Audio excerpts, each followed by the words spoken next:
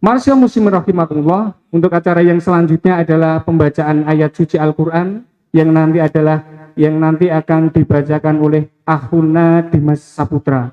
Kepada Akhuna Dimas Saputra, waktu dan tempat kami persilahkan. Bismillah, Assalamualaikum warahmatullahi wabarakatuh. Untuk tilawah kali ini kita bermurojaah bersama-sama. Silakan dibuka surah Al-Fajr.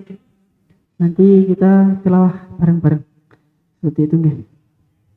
Surah Al-Fajr juz 30 halaman 593.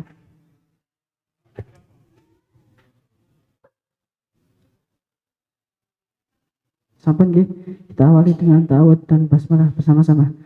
Baca.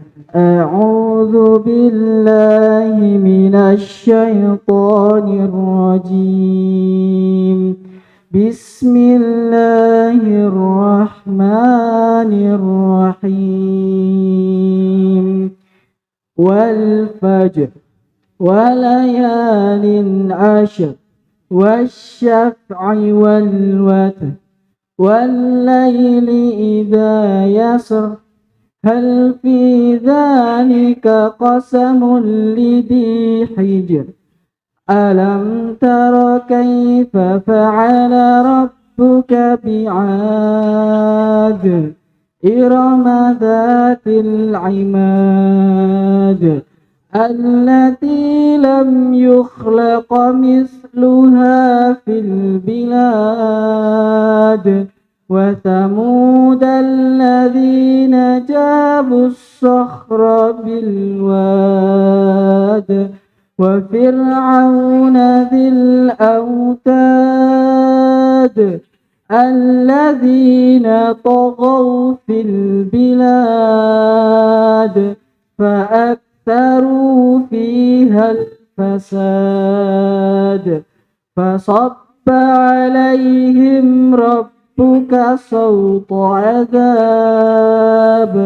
إن ربك لبالمرصاد فأما الإنسان إذا ما ابتلاه ربه فأكرمه ونعمه فيقول ربي أكرمن وأما إذا ما ابتلاه فقدر عليه رزقه فيقول ربي أهانن كلا بل لا تكرمون اليتيم ولا تحاضون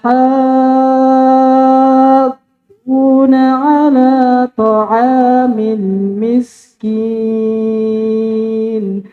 وتأكلون التراث أكلا لما وتحبون المال حبا جما كلا إذا دكت الأرض دكا دكا وجاء ربك والملك صفا صفا وجيء يومئذ بجهنم يومئذ يتذكر الإنسان وأنى له الذكرى يقول يا ليتني قدمت لحياتي فيومئذ لا يعذب عذابه أحد ولا يوثق وثاقه أحد يا أيتها النفس المطمئنة ارجعي إلى ربك راضية مرضية فادخلي في عبادي وادخلي في جنتي. Sadaqallahul Azim. Jazakallahu khairan katsiran. Assalamualaikum warahmatullahi wabarakatuh.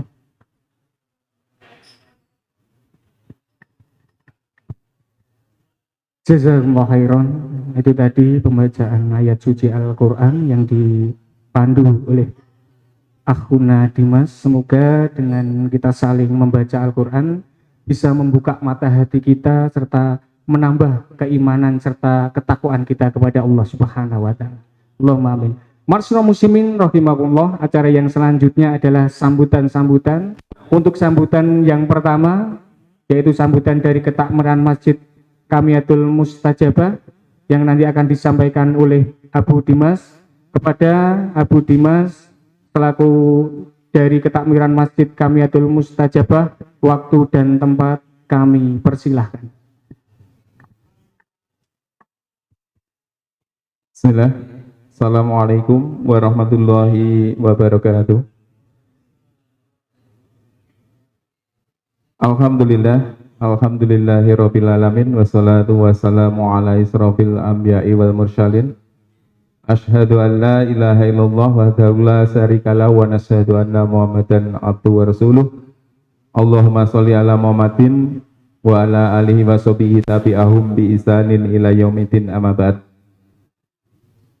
Yang kami hormati Al Ustadz Ilyas Mursito LC yang insya Allah dimuliakan Allah Subhanahu wa Ta'ala.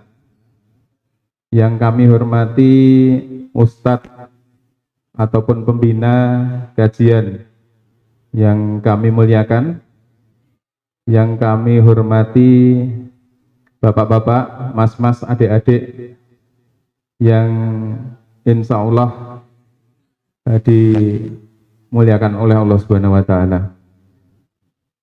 Shalawat serta salam mudah-mudahan tercurah pada junjungan Nabiullah Nabi Muhammad sallallahu alaihi wasallam, pada keluarganya, para sahabatnya, para tabi'in, tabi'ut tabi'in, serta orang-orang yang senantiasa ihtizam dalam mempelajari dan mengamalkan sunnah-sunnah beliau hingga yaumul akhir nanti. Bapak-bapak, mas-mas, adik-adik yang kami hormati, kami mewakili selaku ketakmiran, dan maaf karena untuk ketua takmir di kesempatan pagi hari ini tidak bisa hadir dan mewakilkan kepada saya.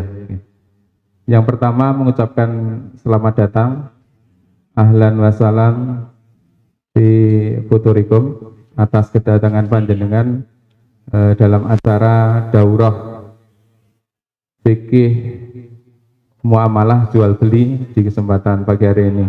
Mudah-mudahan dengan kedatangan panjenengan semuanya tentunya menjadikan Masjid Kamiah Mustajabah ini menjadi makmur dan tentunya membawa dampak baik kepada lingkungan sekitarnya.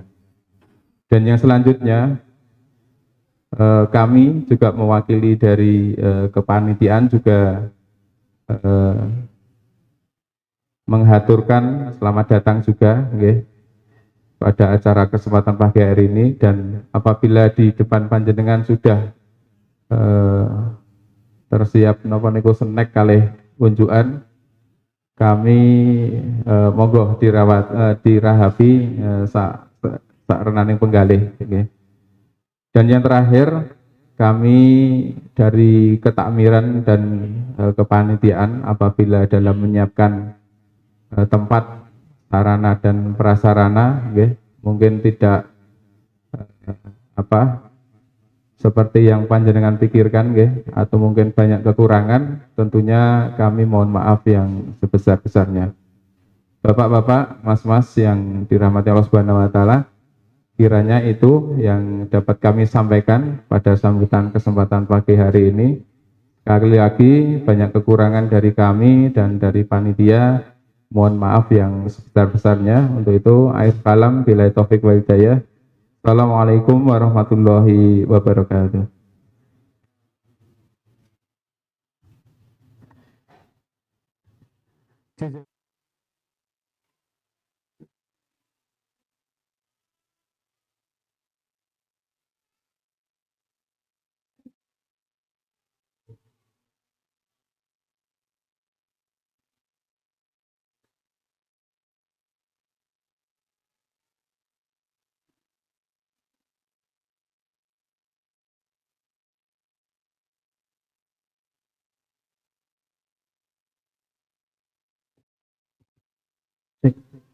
Bismillah, Assalamualaikum warahmatullahi wabarakatuh.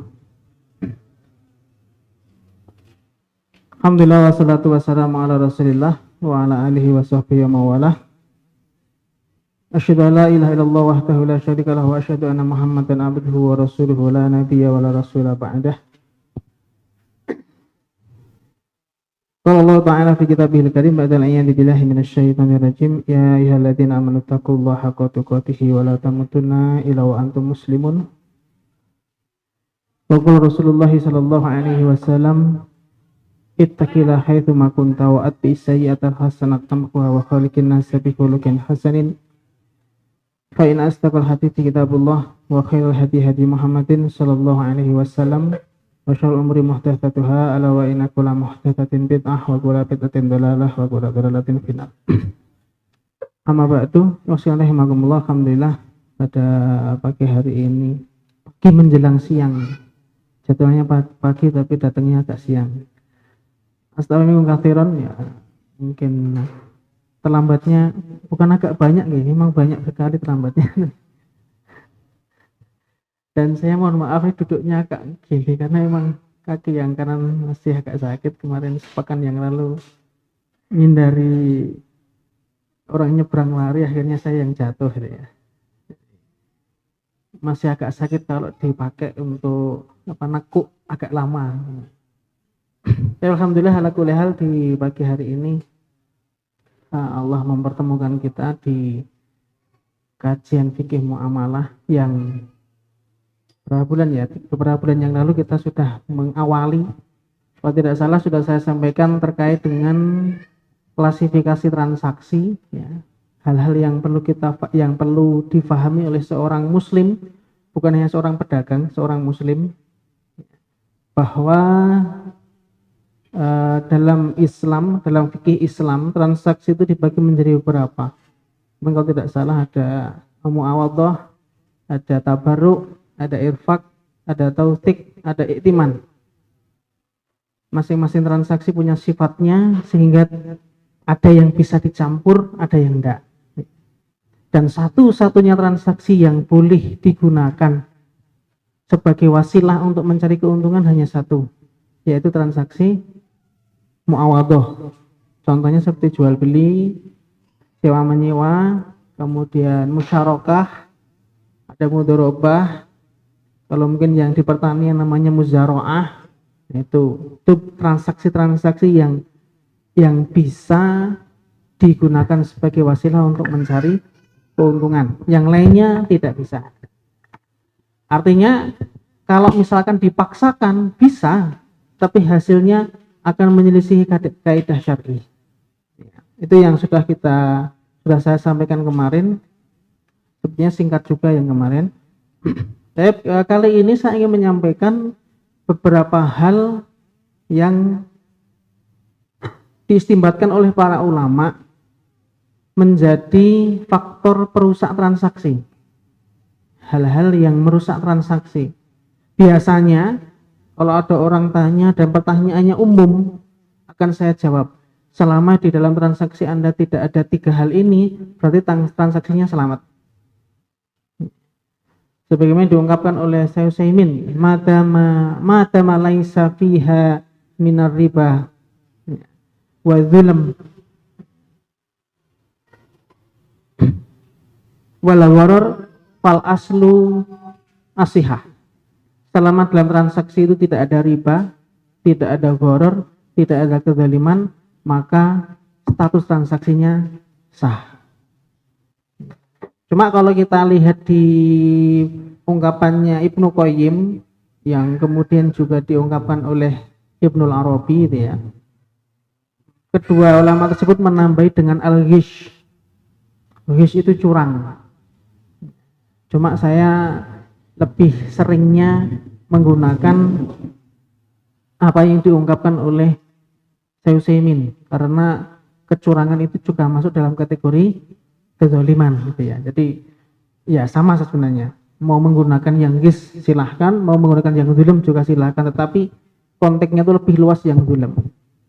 3 hal inilah yang dapat merusak transaksi. Selama itu tidak ada, bersih dari itu boleh. Karena pada dasarnya kaidah asal dari muamalah itu mudah. Al aslu fil muamalah al ibahah, hukum asal muamalah itu mubah. Jadi kadang saya kalau berbincang dengan teman itu ya, kita lebih enjoy untuk mengatakan ini boleh daripada untuk mengatakan sesuatu itu haram. Kenapa? Karena kalau kita mau mengatakan sesuatu itu haram, kita harus berani dan mampu untuk menunjukkan di mana letak keharamannya. Beda ya. Kalau mungkin ngomongnya itu ya untuk kehati-hatian, saya lebih mutmain tidak. Itu beda lagi. Karena kadang-kadang ada hal yang mungkin secara nalar logika ini dicari nggak ada ribanya, nggak ada gorotnya, tidak ada dulemnya. Tetapi ada satu hal yang membuat hati itu kurang tenang. Dan saya sering mendapati kasus-kasus seperti itu. Yang tanya, mesti perasaannya saya kalau tanya balik gimana Mas? Jawaban saya samar-samar enggak? Iya, ya emang seperti itu. Karena bagi saya itu hukumnya samar antara ya kalau silahkan Anda meyakini itu baik ya silahkan, kalau enggak ya tinggalkan. Kalau bagi saya itu kurang mutmain, maka kalau lebih baik bagi saya tinggalkan. Kalau ada orang yang melakukan ya enggak usah dipersoalkan karena mungkin bagi dia itu perkara yang dibolehkan. Yang pertama adalah riba.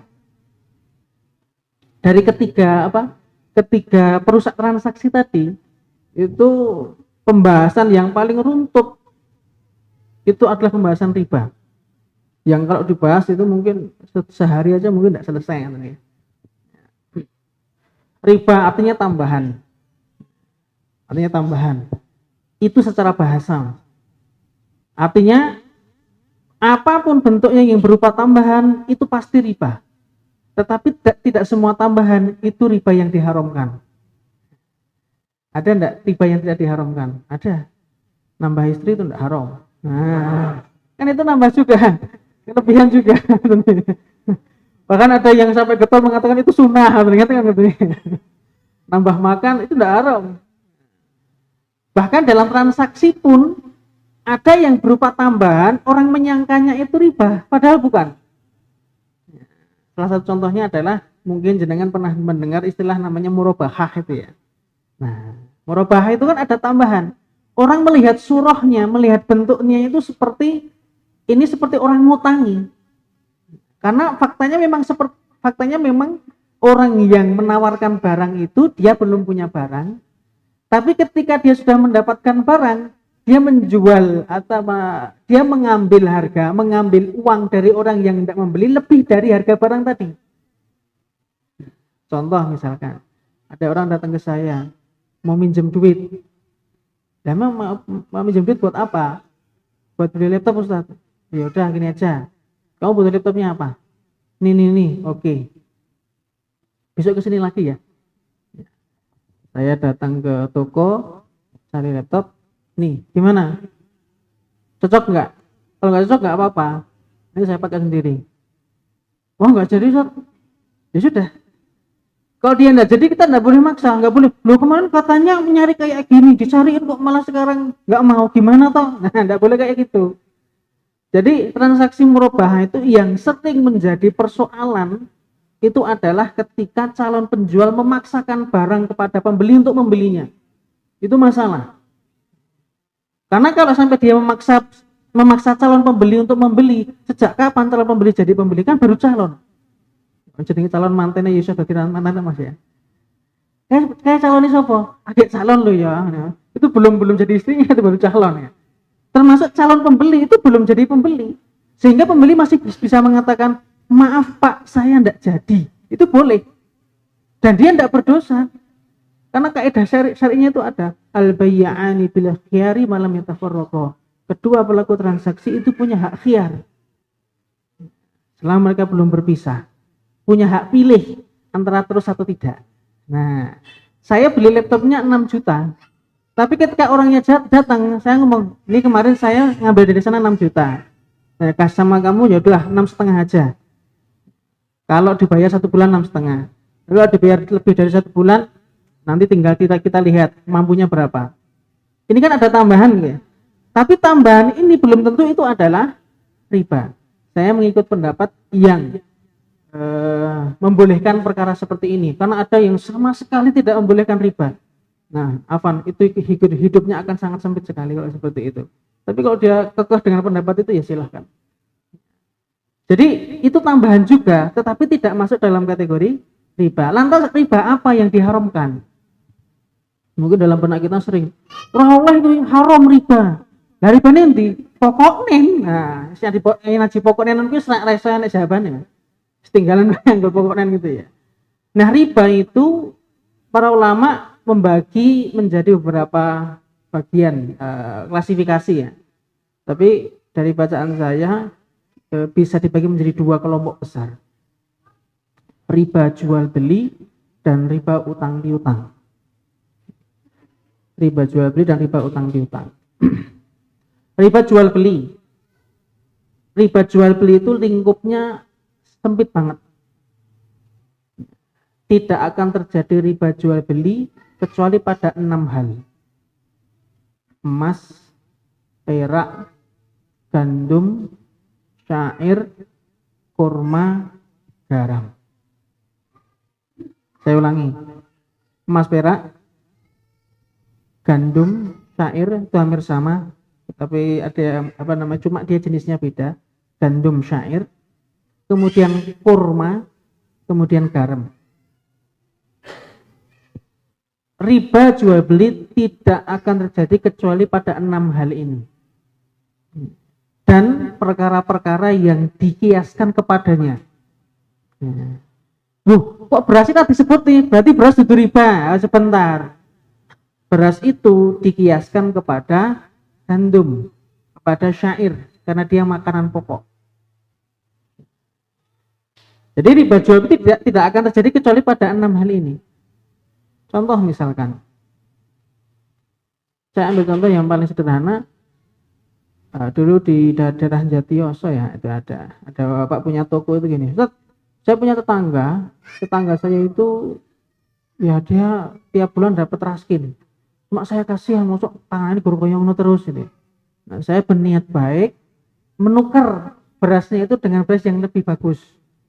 Cuma qadarullah satu ketika beliau mendapat 25 kilo, tapi yang di toko saya cuma ada 15. Akhirnya apa? Akhirnya ya udahlah. Mbah, niki dipetoriin nggih, yang 15 kilo, yang 20 kilo, yang 25 silakan tinggal di sini. Pertanyaannya, riba enggak itu? Nanti yang 10 kilo tak antar, Mbah. Riba mboten? Itu riba. Namanya riba nasi'ah. Riba jual beli ada dua, riba nasi'ah dengan riba fadl. Riba nasi'ah karena ada yang ditunda, riba fadl karena ada yang dilebihkan. Kalau kita nukar beras 1 kilo dengan 1,5 kilo, riba fadl. Kita menukar riba 1 kilo dengan 1 kilo, tapi yang diserahkan setengah kilo dulu, riba nasi'ah. Meskipun tidak ada tambahan. Loh lah kenapa toh? Oh nggak ada tambahan, cuma ditunda kok bisa riba? Karena ada nasnya. Kalau pengen halal gampang Pak. Hadisnya silahkan dibuang. Itu bisa halal. Masalahnya hadisnya itu sahih riwayat Muslim. Innamar riba fin nasi'ah. Betul-betul ada riba dalam penundaan penyerahan. Betul-betul ada riba. Saya ketika membaca hadis ini, persepsinya beda. Karena kalau yang pernah belajar bahasa Arab, kalau innamar riba fin nasi'ah mesti akan diartikannya apa? Riba itu hanya di nasi'ah. Padahal enggak. Artinya adalah betul-betul ada riba ketika orang menunda penyerahan. Jadi diserahkan, ditunda itu nanti bisa menimbulkan riba. Ribanya apa? Riba nasi'ah. Dan para ulama sepakat riba yang paling utama dan paling pertama diharamkan itu riba nasi'ah. Kalau riba fadl karena ada kelebihan itu masih ada yang dihalalkan. Karena riba fadl itu tidak mungkin terjadi kecuali ada riba nasi'ah. Punya anak, misalkan anaknya punya uang receh. Kita punya uang 100 ribu, pengen ditukar 20 ribuan 5 misalkan. Nduk Ling, duitmu receh ndira. Wonten Pak. Tapi sing 50.000 tenggin griya. Ya sini wae 100.000 gawanen, sing 50.000 tak gawane. Gue sesek ketemu ning omah tak jaluk lho ya. Ojo lali lho misalkan. Ini riba nasi'ah. Meskipun nanti tidak ada penambahan, tetap yang diterima 100 ribu. Nah, ini sering terjadi ketika di pasar belinya cuma dikit, tapi duitnya abang. 100 deh ya, itu 10.000. 100 ribu. Si dodol, mas, mbok sing alit to mas, ngake esok kok yang ngetake duit sakmono gedene. Yang jual bingung. Akhirnya ninggal tangga nih, yuk, duit pecah apa ora? Nah. Gue sak mene ya wis nyah 100 ribu sik kanggo jujul iku kuwi. Engko ya turahane. Nah, ini riba nasi'ah. Nah, akhirnya ngono to.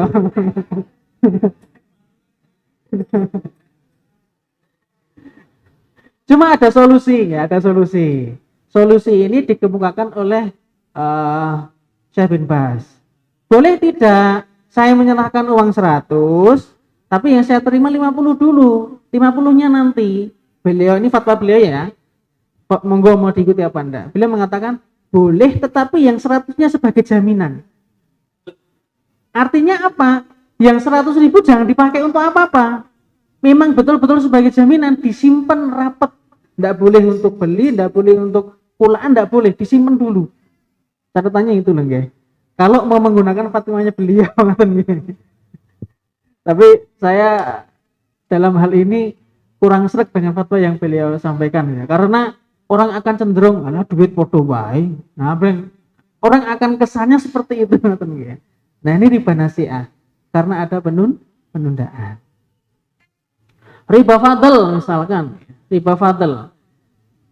Nuker beras 1 kilo dengan 1,5 kilo. Meskipun yang 1,5 kilo besok itu juga masuk dalam kategori fadl. Itu masuk riba juga. Termasuk diantaranya ngapunten, kalau kita nuker beras dengan kurma. Ada pernah yang di sini nuker beras dengan kurma? Kita ora tahu. Ya jenenge contoh apa ya Mas. Misalkan jenengan mau beli kurma kok kentekan, waduh ya Allah kok kurmane wis dituku kabeh. Mas tak joli beras piye? Berasnya 10 kilo, kurmanya misalkan 5 kilo. Boleh. Karena kurma dengan beras itu jenisnya berbeda. Boleh ada lebih. Tapi catatannya harus diserahkan secara kontan. Nggak boleh. Iki 5 kilo sih ya mas. Sing 5 kilo sesuk. Nah ini namanya nanti masuk dalam kategori riba nasi'ah. Nah, jadi kalau beda jenisnya itu boleh lebih, tapi catatannya satu. Harus kontan. Nah di riba jual beli itu yang harus ditepati paling utama adalah kontan. Kalau masalah lebih dan tidaknya tinggal dilihat jenisnya sama apa tidak. Nuker beras dengan beras harus sama 1 kilo dan kontan. Nuker beras dengan kurma harus kontan tapi boleh lebih. Mungkin yang 1 5 kilo, yang 1 10 kilo. Itu riba jual beli. Dan ngapunten ini lingkupnya sangat sempit sekali. Karena jarang orang sekarang itu bertransaksi barter itu jarang. Mereka akan lebih sering masuknya ke riba yang berikutnya, yaitu riba utang piutang atau riba korot, atau ada yang menamainya dengan riba dain. Riba dain ini kasusnya ada dua. Yang pertama adalah ketika ada syarat menambah bunga pada hutang karena tidak mampu membayar tepat waktu. Ada entah disepakati awal ataupun enggak ya. Ketika ada tambahan tempo kemudian ada tambahan waktu, maka itu masuk dalam kategori riba. Ada tambahan tempo, ada tambahan nominal, maka itu masuk dalam kategori riba. Contoh misalkan orang meminjamkan uang, biasanya yang seringnya uang katanya. Meminjamkan uang 1 juta. Mungkin nggak disepakati kapan harus balik nih seminggu kas ya, oke. Sepakan kemudian mas wayai bayar, wah ngapunten mas belum bisa bayar ya wes nak tak tunggu seminggu kas 2 minggu lagi mas tenang mungkin tak tambahin.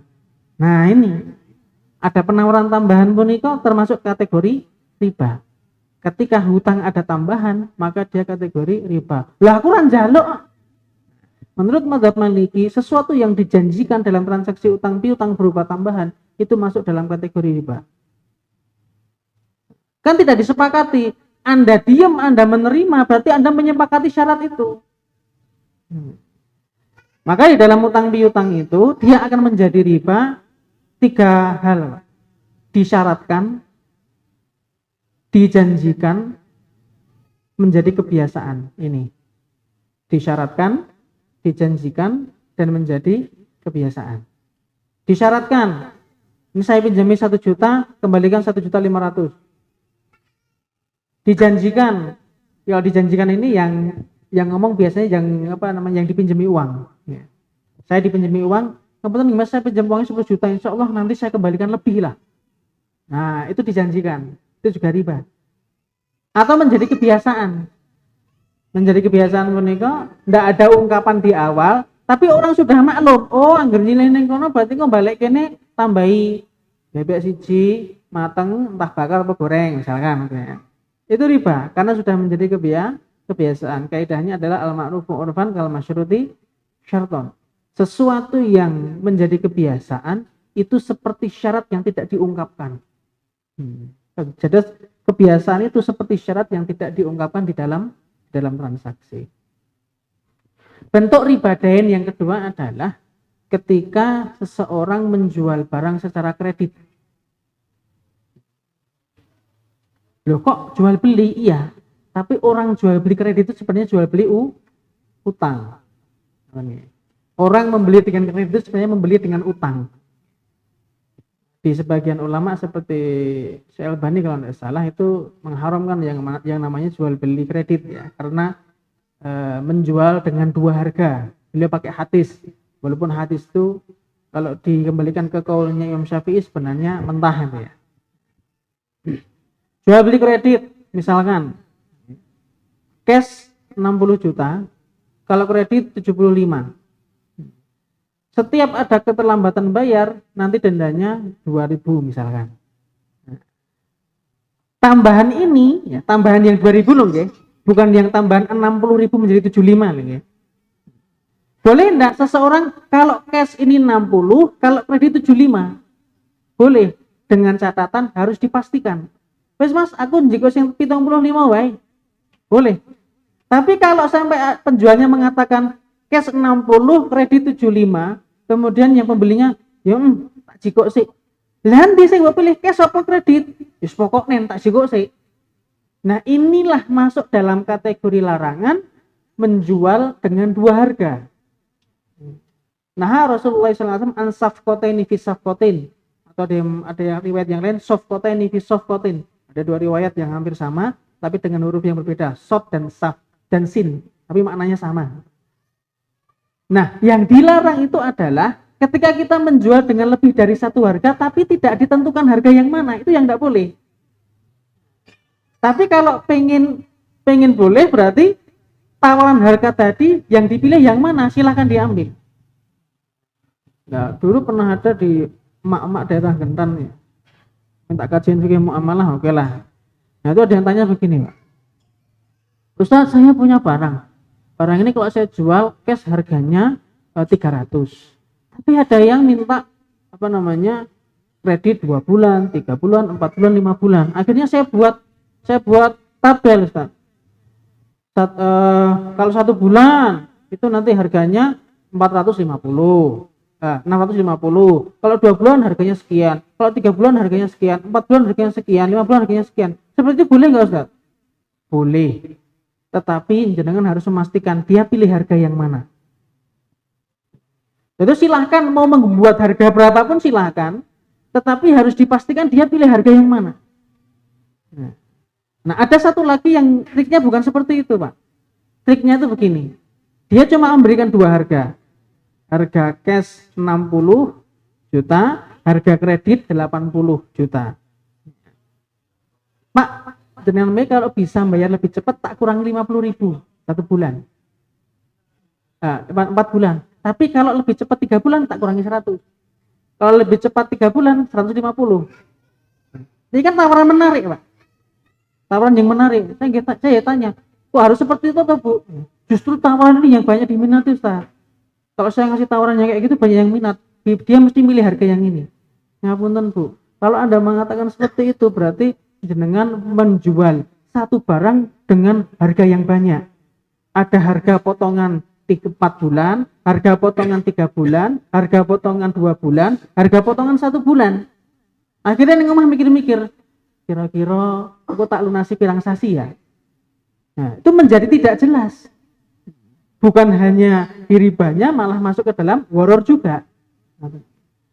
Jadi kalau mau memberikan harga yang pasti saja, cash sekian, kredit sekian, pilih yang mana. Kalau mau ngasih bonus potongan harga, enggak usah diomongkan di depan Pak.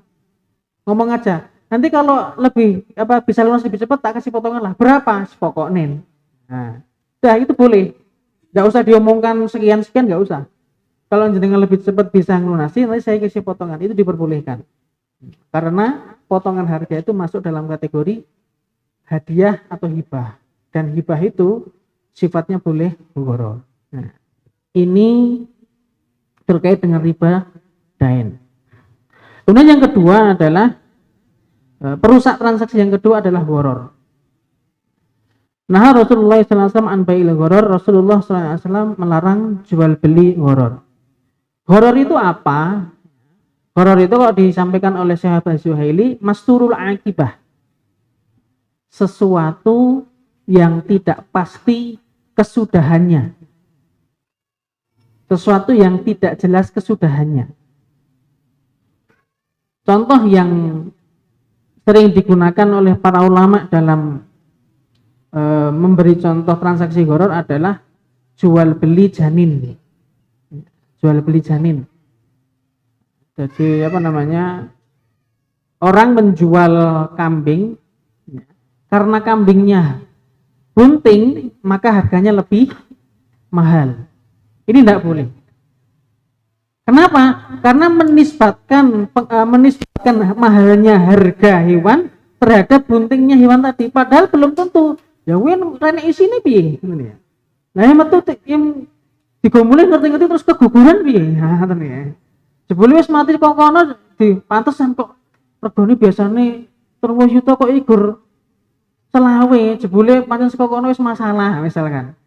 Makanya menisbatkan mahalnya harga hewan karena hewan itu bunting itu masuk dalam kategori gharar. Nah, Rasulullah SAW an habalil habalah.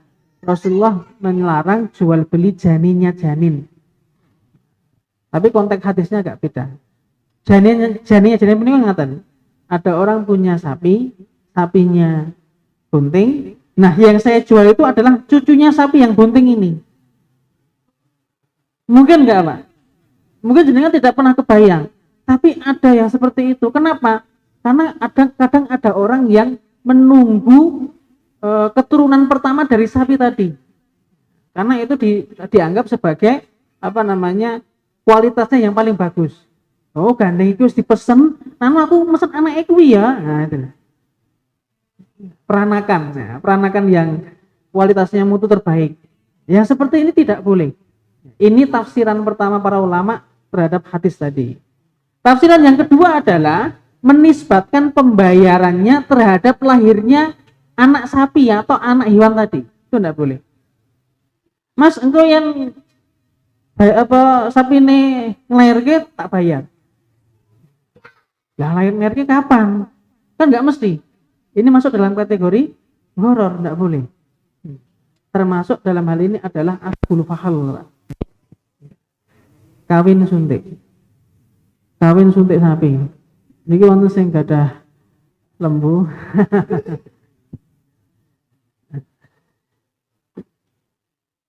Kawin suntik punika pada dasarnya diperbolehkan. Kalau sistemnya ngaten. Kita beli sperma sapinya, kemudian menyewa dokternya untuk menyuntikkan. Real harga spermanya berapa, real jasanya berapa, langsung dibayar. Meteng tak bayar, itu yang boleh. Tapi kalau kita beli spermanya, kemudian minta jasanya untuk menyuntikkan, tapi penisbatan pembayarannya, wis mas, gue radati rasa bayar. Nah, ini tidak boleh.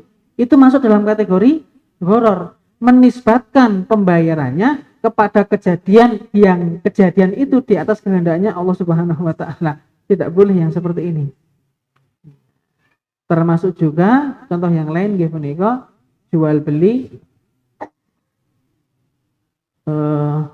tebas padi, tebas buah apa ya.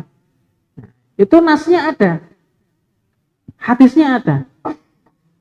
Rasulullah sallallahu alaihi wasallam an bai'iz zar'i wat thimari qabla badri sholatiha. Rasulullah melarang jual beli buah yang masih di pohon dan belum matang. Jual beli pohon yang belum layak untuk dipanen. Itu larangannya disepakati oleh 4 fuqaha, 4 madhab, tidak boleh. Sawah masih hijau langsung ditebas nih, piro Pak dadine ini. Itu tidak boleh. Bolehnya hanya satu, Pak. Setelah transaksi langsung dipanen, mentah-mentahan, monggo kalau mau. Dan itu dikemukakan oleh madhab Hanafi. Boleh, karena kadang-kadang orang aku pancen butuh sing mentah kok. Tak nggo pakan sapi misalkan. Aku pancen butuh sing mentah kok, khusus untuk ibu-ibu hamil. Nah, mangga muda kan ya. Di daerah Sumatera ada salah satu santri saya itu yang pernah tanya. Saya juga agak nggak percaya gitu ya. Entah di tempat saya itu biasa orang jual padinya itu masih kalau dibuka itu masih merepel, jadi dibuka, dipites ini langsung hancur. Bahkan ada yang lebih ekstrim lagi, masih berupa air itu dijual, masih berupa air dalamnya. Itu boleh apa enggak? Ya saya tanya, itu manfaatnya apa? Ada dalam mazhab Syafi'i boleh kalau langsung dipanen dan ada manfaatnya. Ada manfaatnya enggak? Itu biasanya yang model-model kayak gitu dia untuk membuat kue yang khusus, karena emang ada kue-kue yang lebih enak kalau bahannya beras yang seperti itu. Ya kalau emang ada manfaatnya dan langsung dipanen ya silahkan, tidak masalah. Dan ternyata sudah didahului oleh Imam Abu Hanifah bahwa boleh ya kalau langsung dipanen. Nah faktanya sekarang kita enggak. Transaksinya awal Ramadan, panennya hari Idul Fitri. Nah itu enggak boleh. Enggak boleh yang seperti itu. Dalam mazhab Maliki boleh, tetapi jangka waktunya 1 pekan, enggak boleh dari itu. Karena kalau lebih dari itu, apalagi kalau misalkan cuacanya ekstrim, yang angin gede, udaranya gede gitu ya. Nah, itu akan sangat memungkinkan terjadi hal yang tidak diinginkan. Wis dibayar, lah kok pelemin jiglok kabeh. Nah, rugi.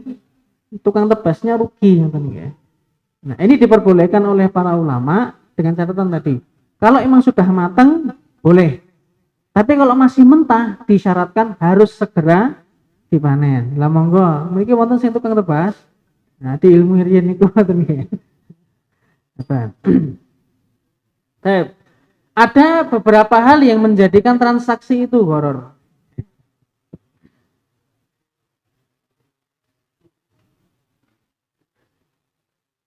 Yang pertama adalah horor atau tidak jelas karena memang barangnya yang tidak jelas. Jadi objeknya yang tidak jelas.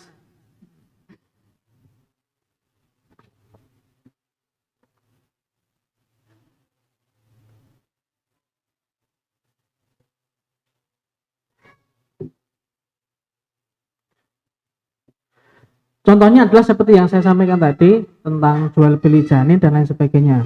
Itu termasuk faktor yang menjadikan transaksi itu horor.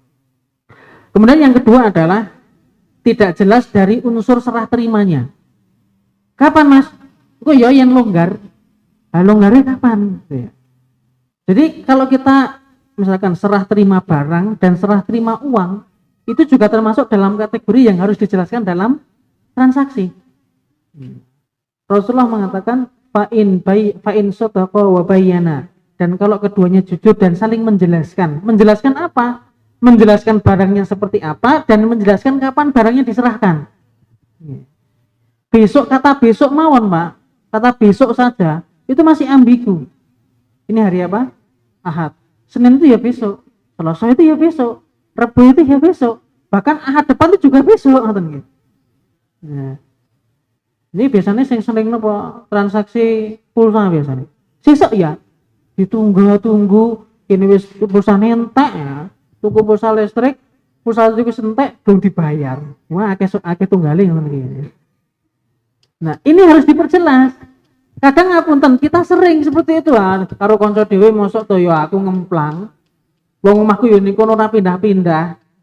Kadang-kadang masih disalahkan apa? Yang disalahkan yang jual. Lah kok kena takon ning omahku ora nagih. Loh, sing duwe utangi sapa? Kan ngoten nggih. Harusnya yang lebih perhatian itu adalah orang yang punya utang. Mungkin sing yang diutangi juga aku ya pekewo. Lah kok pas kurang duit tak tagih malah bingung. Nah, ngoten. Jadi serah terima barang dan serah terima uang punika bagian dari hal yang harus dijelaskan dalam transaksi. Bukan karena tidak percaya, bukan, tapi karena kita pengen sama-sama memenuhi kaidah syar'i. Nah, ini kalau bagian apa masyarakat awam mungkin itu hal yang tabu. Nah, mosok karo tangga dhewe kok yo nagih wae, gek pas tuku dak ditakoni, "Saya bayar kapan Bu? Kaya aku kira duwe duit wae." Wes suwe sesuk tas tuku meneh, sing dodol meneri ra tuku kene ngoten. Itu bagian dari kita, upaya kita untuk tadi memenuhi kaidah syar'i tadi. Ya kalau memang orangnya ngomong besok ya setiap dina Senin ya. Kita yang paham harusnya dulu untuk memastikan. Kita yang paham lebih dulu untuk memastikan. Bahkan kadang-kadang nggih sama-sama satu kantor. Tapi bayar pulsa niku yo randang dibayar yo lho. Nah, ndak dino yo ketemu, ngobrol, solete bareng, mangane bareng. Gur pulsa 5.000 lho, ya randang dilunasi. Akhirnya sing napa yang jual juga pekewo. Aku arek njaluk ya gur 5.000, tapi yang rata jaluk kok ya 5.000 gitu ya. Bingung akhirnya sini. Memperjelas unsur serah terima, waktunya dan juga kapannya itu harus diperjelas. Kemudian yang ketiga yang biasa terjadi menjadi faktor gharar adalah ketidakjelasan pengikatnya. Ini kasusnya terjadi ketika orang menggadaikan barang. Nah, pinjam uang, saya nggadaikan barang. Sing digadaikan apa Mas sepeda motor kula. Sepeda motor sing endi? Pokoknya sepeda motor kuwi ning omahku akeh. Kok garek milih sing endi? Nah, ini tidak boleh. Harus dipastikan sepeda motor mana yang akan dijadikan sebagai barang gadaian. Satu, dipastikan dulu. Dan yang kedua, rohan itu, gadai itu akan menjadi sah dan lazim kalau orang yang diutangi, niki Mas sepeda motore, niki BPKB ini. Nah, ini tergantung yang menerima barang gadai, dia mau, terus Mas BPKB-nya tak ambil, sepeda motornya silahkan dibawa. Monggo, kalau yang menerima gadai, mengiyakan. Tapi kalau yang menerima gadai, mana BPKB-nya, mana sepeda motornya, saya bawa. Maka orang yang punya motor tadi tidak boleh, loh kok ngono toh, kan biasanya gur BPKB ini toh, kan biasa nih, ini kan luar biasa. Nah. Jadi hak orang yang menerima gadai itu apa? Hak dia adalah mengambil barangnya. Jadi ngapunten kalau orang berpikiran bahwa menggadaikan sepeda motor itu hanya BPKB-nya saja, itu keliru. Karena BPKB itu nilainya tidak seberapa dibandingkan dengan barangnya. Jenengan purun Pak, Mas nih BPKB 5 juta. Purun. Tapi motornya ya ora enak BPKB itu. Dengan ini BPKB, ini motornya tapi nganggo BPKB 3 juta, pilih mana? Nah, itu yang kalau nggak mikir botong-botongan, pilih yang sepeda motor kan ya. Nah, iya. Karena pokok transaksinya itu, pokok hartanya itu adalah pada barang tadi, bukan pada BKB-nya. Karena pada zaman dahulu para ulama ketika punya kuda itu nggak punya BKB ya. Nah, karena sekarang kudanya itu sama, sak kampung Jupiter kabeh, sak kampung Vario kabeh. Nah, di antara salah satu untuk membedakan adalah dengan BPKB, di antara salah satu pengikat kepemilikan adalah BPKB dan STNK tadi. Ya, itu perkembangan zaman dan oleh para ulama diakui sebagai perkara yang harus ditepati. Itu para ulama menamainya dengan al-wathiqah. Wathiqah itu kalau di tanah namanya sertifikat, kalau di sepeda motor namanya BPKB dan STNK. Itu hal yang tidak bisa dipisahkan. Harus ada ketika ditransaksikan. Makanya kalau ada yang bertanya jual beli motor bodongan bagaimana? saya katakan itu bermasalah. Itu bermasalah. Haram apa tidak? Tinggal dilihat penyebabnya. Kalau penyebabnya karena hilang, boleh. Tapi kalau penyebabnya karena jenengan tidak tahu alasannya, horor. Sebab apa? Sebab kalau sampai dibolehkan secara mutlak, itu akan menimbulkan mandorot yang lebih besar. Engko sak kampung bodongan kabeh. Di tempat saya itu sak kampung sing duwe motor bodongan 1, 2, 3, 4, 5. Pertimbangannya apa? Dadi gua ngon bebek, mau kan gitu nggih. Tapi ada juga yang punya bodongan tinggal wirawiri. Lah motor ya apa ya? NMAX 10 Yuto kan lumayan itu. Nah. Ini horor. Perusak yang kedua. Kemudian perusak yang ketiga adalah zulm atau kezaliman. Di antara perusak transaksi yang pembahasannya tidak runtut dan tidak sistematis itu adalah zulm.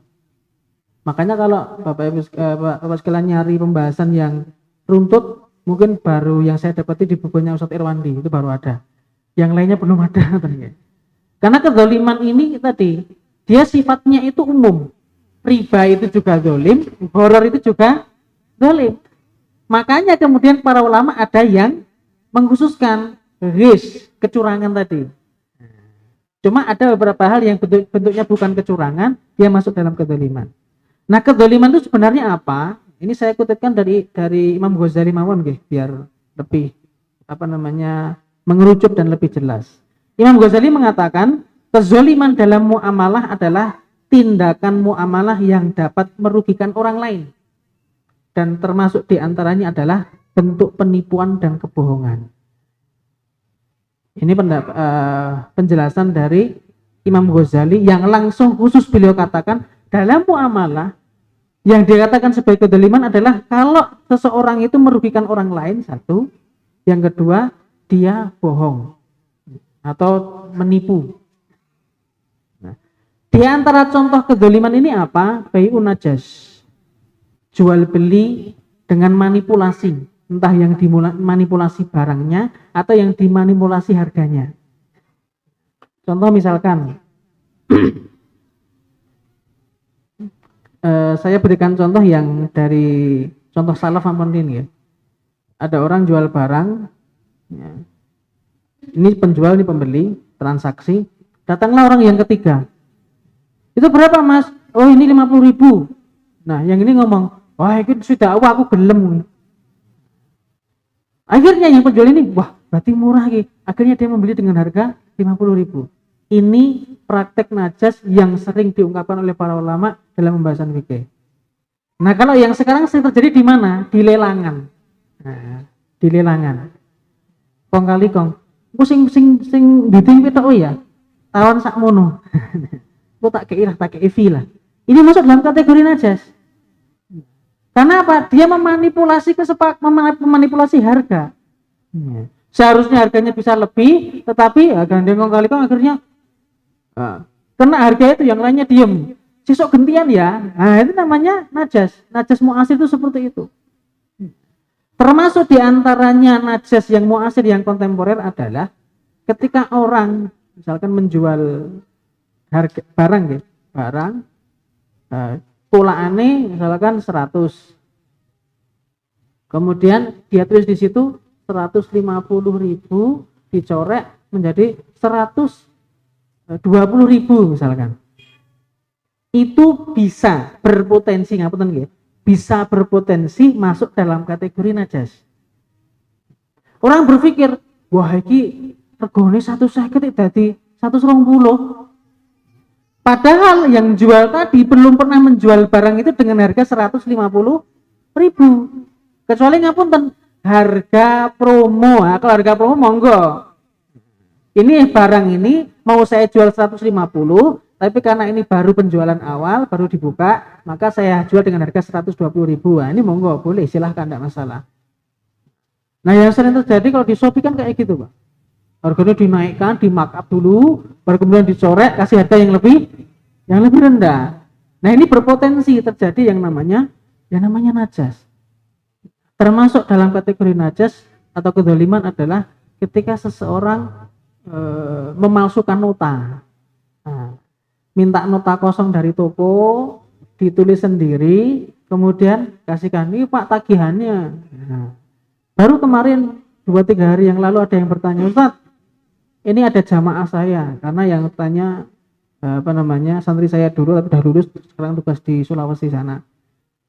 Ini ada jamaah saya yang dapat proyek, bukan dapat proyek sebenarnya, diminta oleh atasannya untuk membelikan barang-barang peralatan proyek di tempat yang lain. Hitungannya bukan hanya ratusan ribu Pak, ratusan juta. Nah orang ini berpikir, wah ini kesempatan. Akhirnya apa?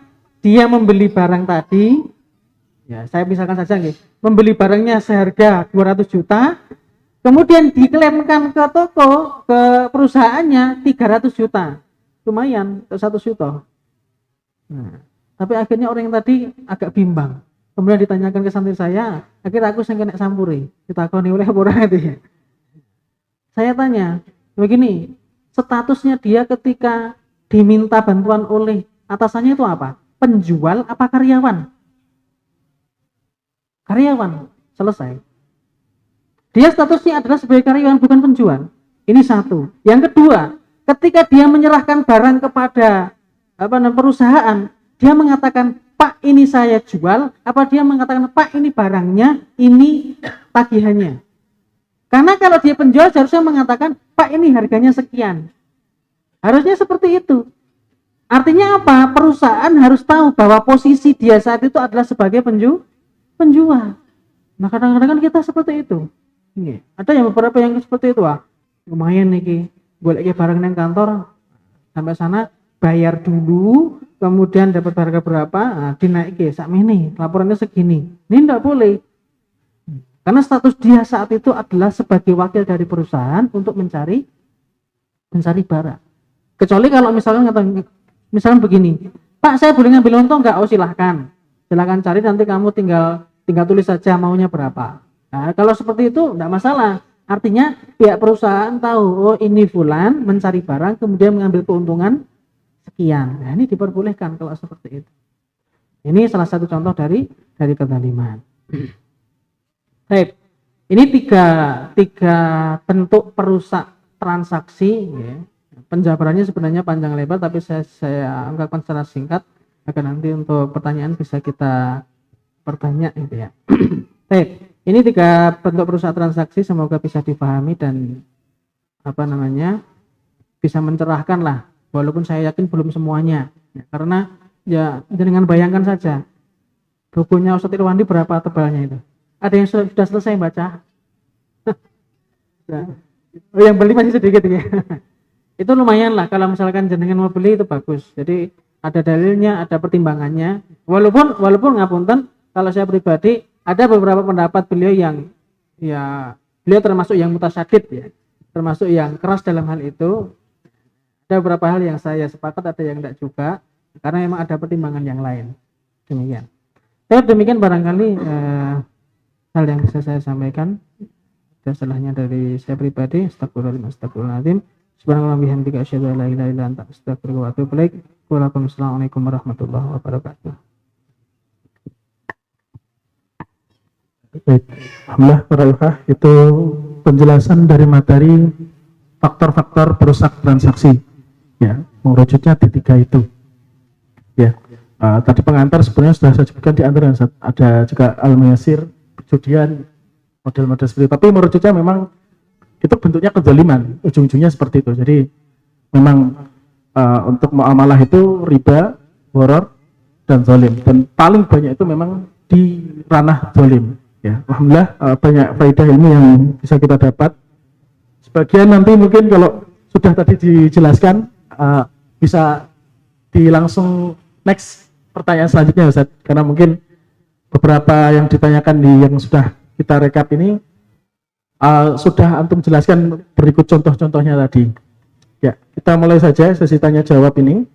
Yang pertama ada yang menanyakan, ini dasar sekali Ustaz, apa syarat hukum jual beli yang sah?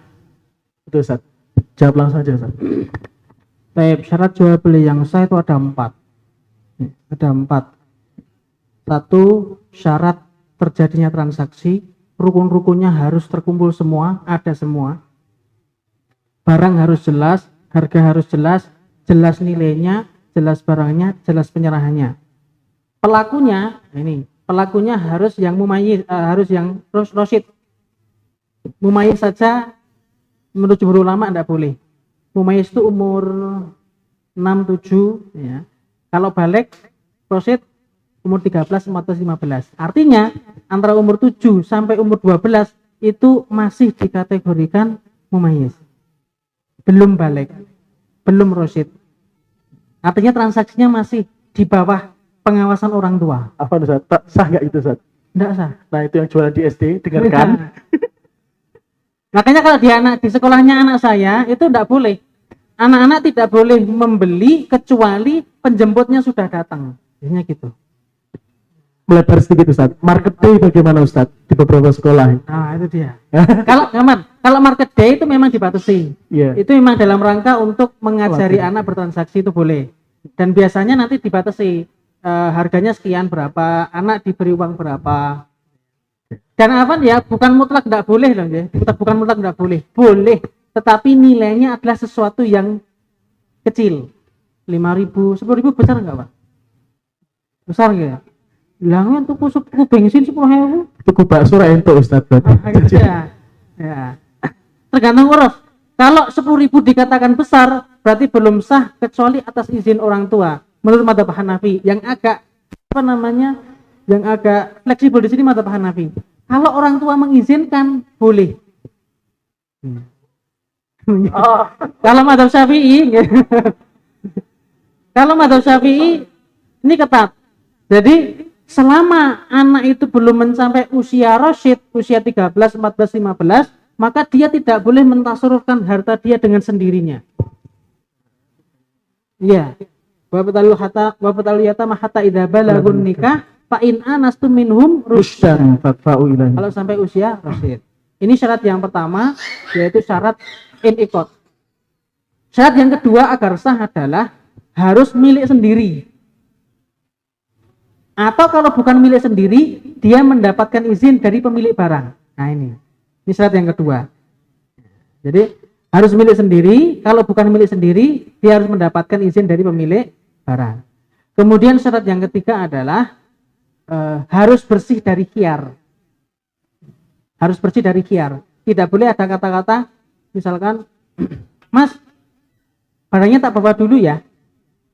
Tak lihat dulu, nanti tak cek dulu, kalau cocok tak ambil, kalau enggak ya enggak. Nah kalau masih ada kata-kata seperti ini, berarti transaksinya belum sah. Berarti apa? Karena belum sah, penjual bisa mengatakan, ya Mas lasido, barangnya tak jiko, boleh, enggak masalah. Dan pembeli tidak boleh, kok ngono tau ngake tak gowo kok wis dijiko, lah kowe kesuwen. Jadi sah itu kalau sudah satu, tadi rukun-rukunnya terpenuhi syaratnya. Yang kedua milik sendiri dan mendapat izin, milik sendiri atau mendapat izin, dan yang kedua tidak ada hak khiyar. Hak khiyar itu apa saja? Khiyar itu banyak, Pak. Ada 16. Cuma yang sering dibahas oleh para ulama adalah khiyar majelis dan khiyar syarat dan khiyar aib. Khiyar majelis pada saat transaksi, misalkan ini berapa? 50. Yaudah saya beli. Ketika mau menyerahkan uang, sudah, kemudian penjualnya, Mas nggak jadi saya jual. Pembeli tidak boleh mengatakan, kok ono toh, tak tuku kok. Nah, ini masih di majelis. Penjual dan pembeli masih boleh membatalkan transaksi, gitu ya. Kemudian khiyar aib, kalau barangnya ada cacat, maka penjual tidak boleh menolak pengembalian barang. Sehingga kalau ada kata-kata barang yang dibeli tidak boleh dikembalikan, ini tidak sesuai dengan kaidah syar'i. Ya. Kecuali kalau misalkan cacatnya itu tidak mempengaruhi fungsi barang, ini tidak masalah. Ya Mas, barangnya bercacat lecet itu nggak masalah itu. Kami nggak menerima yang seperti itu. Kalau fungsinya yang yang berubah, nah kita menerima pengembalian barang, itu boleh. Kemudian tadi khiyar majelis, khiyar aib dan khiyar syarat. Nah, khiyar syarat itu adalah kita minta kepada penjual untuk barangnya kita bawa dulu, kita cek dulu, itu namanya khiyar syarat. dan batas waktu maksimalnya 3 hari, tidak boleh lebih. Kalau penjualnya, Mas tolong dino ya, penjualnya sedino, tolong dino ya sedino. Nah misalkan, maka pembelinya tidak boleh memaksa 3 hari, sehari ya sehari. Itu kalau khiyar syarat. Baik, kemudian ini yang khiyar ya, berarti syarat hukum agar menjadi sah tadi 3 syarat tadi harus dipenuhi. Nah, membahas syarat ini agak lama. Tadi malam saya baru bahas di daerah juga di Bulakrejo itu 1 jam. Tapi belum selesai juga. Nah, kalau pengen lebih detail lagi, ada di bukunya Syekh Bazueli yang gede itu, kalau jangan mau baca enggak masalah, ada, sudah ada terjemahannya. Saya. Berikutnya. Ini pertanyaan kelihatannya agak umum, Ustaz. Bagaimana hukum jual beli online yang barang dagangannya belum ada pada kita, tapi kita sudah menaruhkan di medsos? Ini kan catatannya berarti apakah sudah mendapatkan izin atau tidak, belum ditanyakan, belum diperjelas di sini, Ustaz. Baik. Jual beli barang online yang barang dagangnya belum ada pada kita. Ini ada 2 kemungkinan. 1, kita menjualkan barang orang lain. Yang kedua, kita akan menjual barang yang sedang kita pesan. Nah, kalau kita menjualkan barang orang lain, meskipun barang itu belum kita miliki, boleh. Karena kita sudah meminta izin kepada pemilik barang. Kita modal modal gambar, kita taruh misalkan itu. Dan harus harga ketentuan harus mengikut pemilik barang. Jangan di sana dikasih ketentuan tidak boleh menjual harga di bawah 30.000, di bawah dijual 25.000, enggak boleh. Dia berarti menyepakati kesepakatan. Menyelisih kesepakatan, enggak boleh. Kemudian yang kedua, dia menjual barang yang sedang dia pesan tapi belum datang. Contoh misalkan dia pesan barang dari Bekasi, misalkan. Dilihat, barangnya baru sampai di tol misalkan nih ya. Nah, kita sudah menawarkan kepada orang lain, itu enggak boleh. Karena ada hadisnya la tabi' ma laisa indak. Jangan kamu menjual barang yang belum kamu miliki. Ini hadis yang diungkapkan oleh Rasulullah kepada Hakim bin Hizam. Hakim mengatakan, "Wahai Rasulullah, ini banyak orang datang ke saya, meminta saya untuk menjual barang kepada mereka, padahal saya belum punya barangnya. Boleh enggak saya menjual barang yang masih di pasar itu kepada mereka?" Rasulullah mengatakan, "La tabi' ma laisa indak." Kamu jangan menjual barang yang belum kamu miliki. Maka enggak boleh. Kalau barang itu belum kita miliki, kita tidak boleh menawarkannya. Entah itu via medsos ataupun offline, tidak diperbolehkan. Lah kalau baru ditawarkan, Ustaz, menawarkan itu sudah menjual. Kowe gelem apa ora? Itu sudah menawarkan, enggak boleh. Itu sudah dalam kategori menjual. Lah kan belum ada harga. Nah ini, kalau kita mengatakan, kowe gelem apa ora? Lah regane piro? Yang kose, barangnya gen teko kose, itu boleh. Itu boleh. Yang penting kita jangan mengungkapkan harga. Karena kalau sudah ada harga yang kita ungkapkan, berarti kita sudah bertransaksi. Nah, yang kasus pertama namanya apa? Namanya al-wa'du bil bai', Pak. Janji untuk bertransaksi itu boleh. Kita belum punya barang, kita janji ingin menjual itu tidak masalah. Asalkan jangan ngomong harga dulu. Jangan ngomong harga dulu. Kalau Anda sudah ngomong harga, berarti Anda sudah bertransaksi. Kalau sudah bertransaksi barang belum ada, berarti kita melanggar hadis tadi. La tabi' ma laisa indak, jangan menjual barang yang belum kamu miliki. Nah, lanjut, Ustaz. Pertanyaan ketiga ini tadi sudah dijelaskan bagaimana hukumnya jual beli kendaraan bodong, suratnya zong atau STNK saja. Tapi ada tambahan, Ustaz, pertanyaan lagi di poin pertanyaan ini adalah bagaimana kalau kendaraan leasing, Ustaz? Bagaimana kalau kendaraan leasing? Berarti kendaraan yang bermasalah yang kreditannya macet itu ya? Ya, itu berarti kan barang sitaan itu, Mas. Ya. Kalau saya pribadi, ya mungkin ada yang membolehkan karena karena barangnya jelas. Kalau saya pribadi termasuk yang berpendapat tidak boleh. Kenapa? Karena kalau kita membeli barang seperti itu, berarti kita menyemarakkan leasing untuk menyita barang orang dengan kezaliman. Artinya apa? Kita mendukung kemadharatan. Karena ngapunten apa ya? Biasanya leasing itu dia akan menyita barang dan barangnya akan dijual dengan harga lebih murah. Padahal kalau kita runtut ke konsep rohan, gadai itu tidak benar. Karena begini, misalkan ya, istri saya dulu pernah, ketika belum nikah sama saya itu udah kredit. Nah ketika sudah nikah dengan saya tanya, siapa orang?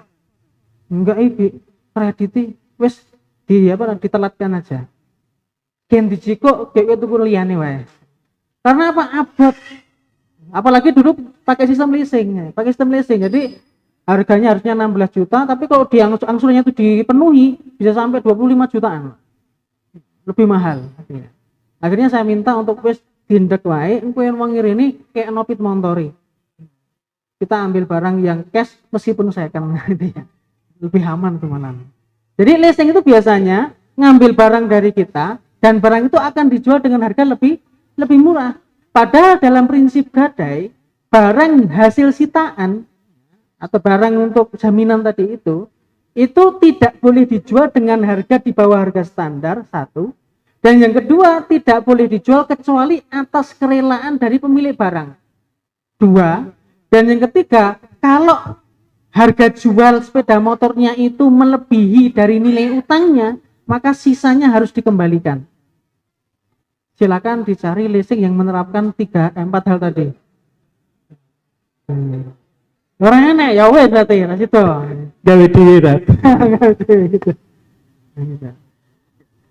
Karena untuk mencari cantolan fikihnya itu saya agak kesulitan. Itu cantolan fikihnya yang paling tepat itu ya digadai. Ketika orang mengambil barang karena utangnya dia tidak segera dilunasi, ya cantolannya ke gadai. Tidak ada cantolan yang lain. Baik, Allah alam bisawab. Ini nomor 4 sudah. Bagaimana hukum penjual barang dengan dua harga tadi, Ustaz? Dengan kredit harga A dengan cash harga B. Tadi saya jelaskan Ustaz ya, berikut syaratnya Ustaz ya. Bisa disimak lagi, kalau enggak nanti lewat rekaman saja ya. Selanjutnya adalah apa hukum afiliasi, yaitu mempromosikan barang dan kita dapat komisi dari penjualan barang tersebut, biasanya secara online. Baik. Untuk afiliasi ini saya akan menjawab berdasarkan dari kajian saya sementara karena belum tuntas. Saya baru mencari sumber yang bisa menjelaskan mekanisme afiliasi yang sebenarnya seperti apa. Kalau afiliasi itu sistemnya hanya sekedar kita daftar ke link afiliator, kemudian linknya itu kita tempatkan di situs kita. Setiap kali ada yang deal dari link kita dapat fee, enggak masalah. Kalau hanya itu sistemnya gitu. Jadi misalkan gampangannya gini. saya dapat link dari satu produk, kemudian link itu saya cantumkan di situs saya. Setiap kali ada yang ngeklik link tersebut, kemudian dia jadi beli barang, saya mendapatkan fee, itu tidak masalah.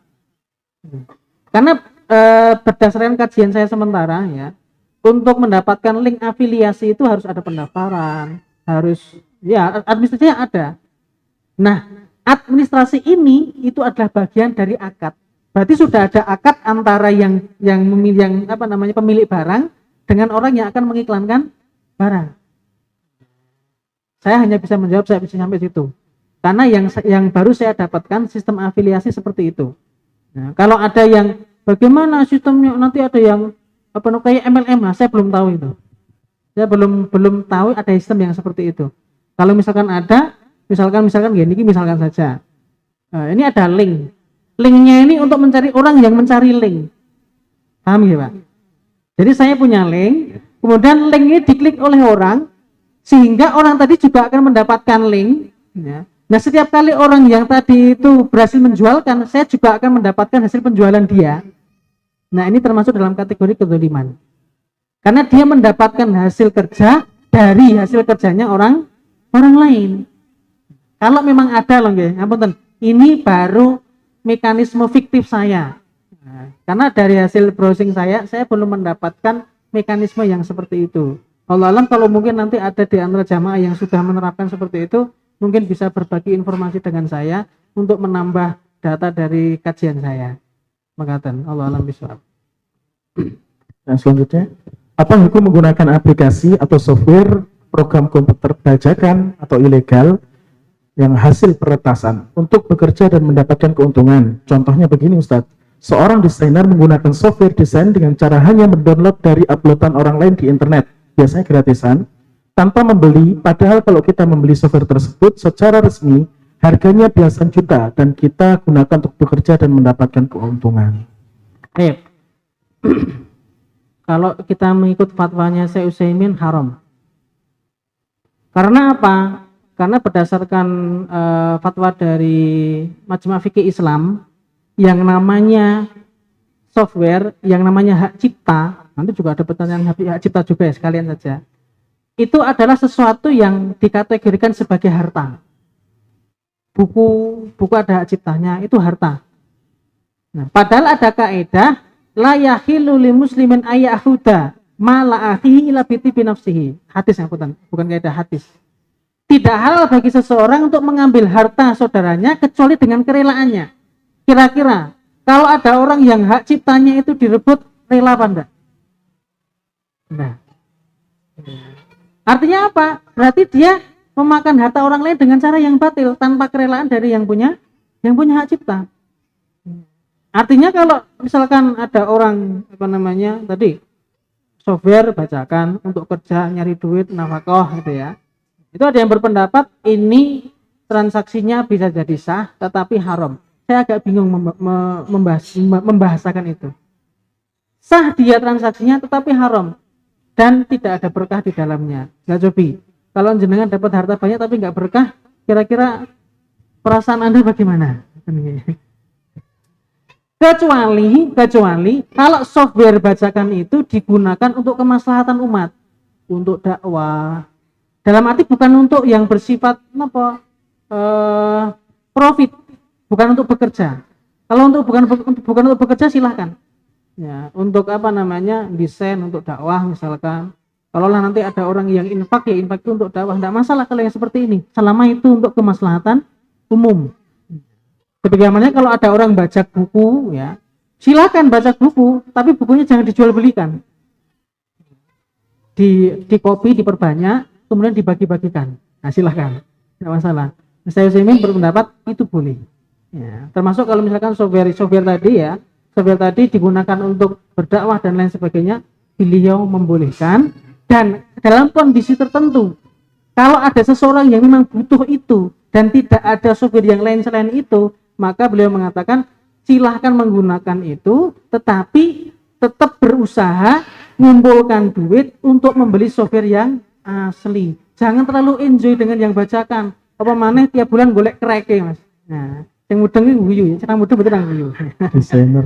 Nyari cracknya, nyari lisensinya itu. Nah, itu. Allah alam bisawab. Kita keruncingkan sedikit Ustaz. Ya. Karena ini berkaitan dengan teman-teman desainer juga banyak. Sebagian teman-teman desainer ini kan bekerjanya mungkin ada yang di lembaga sosial, dakwah, pendidikan. Nah, tadi kalau taruhlah mereka bekerja menggunakan barang itu, tapi untuk kepentingan tadi, Ustaz, pendidikan, dakwah, dan sosial, hukumnya tetap boleh atau haram? Kalau untuk kemaslahatan umum boleh. Meskipun dia kemudian dengan itu dia bekerja. Iya. Jadi boleh. Cuma tadi catatan yang dikemukakan oleh Syekh Utsaimin, tetap ada usaha untuk mencari software yang asli, menjaga keberkahan dari amal dakwah dia. Ya. Jadi tetap harus ada usaha itu. Termasuk yang mungkin menggunakan laptop, pakai Windows yang itu, gitu ya. Nah, tolonglah berusaha untuk bagaimana menggunakan yang free saja. Kan ada Linux, ada kan bisa. Oh ya, emang agak sulit sih, tapi kalau belajar insya Allah bisa. Nah, selama itu tidak digunakan murni untuk bekerja mencari duit, maka boleh. Allah alam bisawab. Selanjutnya Ustaz, ini teman-teman kita perlu kasih tahu dulu, kita nanti selesai tanya jawab ini sampai 11.15 insya Allah. Jadi nanti mungkin dari yang masuk ini tidak mungkin semuanya kalau memang waktunya tidak mencukupi. Baik, pertanyaan nomor selanjutnya, nomor 7.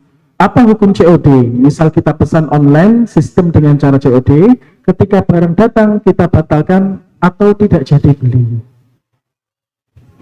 Untuk jual beli COD sendiri ada perdebatan di antara para ulama Indonesia. Ada yang berpendapat haram, ada yang berpendapat boleh. Ya. yang berpendapat haram beralasan dengan hadis Rasulullah, nah Rasulullah SAW anil kali bil kali, Rasulullah melarang jual beli utang dengan utang. Nah, utang dengan utang di sini bagi yang mengharamkan termasuk diantaranya adalah misalkan gini Pak, saya transaksi barang belum saya bawa. Nah, kowe ketok nggih nawake aku barang murah. Nah, ning ngendi barang ning omah iki? Barangnya kaya apa? Ki fotone. Ya wis nya duwite bukan sik besok wae. Barangnya tak gawa duwite mbok serahne. Nah, ini menurut pendapat yang pertama tidak boleh. Kenapa? Karena jual beli utang dengan utang. Utang itu maksudnya apa? Barangnya tidak ada, uangnya juga tidak ada. Ini menurut pendapat yang pertama tidak boleh. Tapi kalau kita merunut kepada pendapatnya mazhab Maliki dan penjelasan dari bagian Syafi'i, yang dimaksud jual beli utang dengan utang itu adalah kalau barangnya itu belum dimiliki. Misalkan gini Pak, saya punya barang, tapi barang saya di rumah, itu milik saya. Tapi saya menawarkan kepada Anda, nih barangnya, fotonya kayak gini, mau apa enggak? Mau, sudah. Harganya berapa? 50.000 saja. Oke, kapan serah terimanya? Besok ya, hari Senin. Oke. Nah, itu kalau menurut mazhab Syafi'i dan Maliki itu boleh. Karena faktanya apa? Saya itu punya barang, cuma barang saya di rumah nggak saya bawa. Kamu juga punya duit, tapi duitnya di rumah. Sekarang deal dulu harganya, baru besok kemudian serah terima.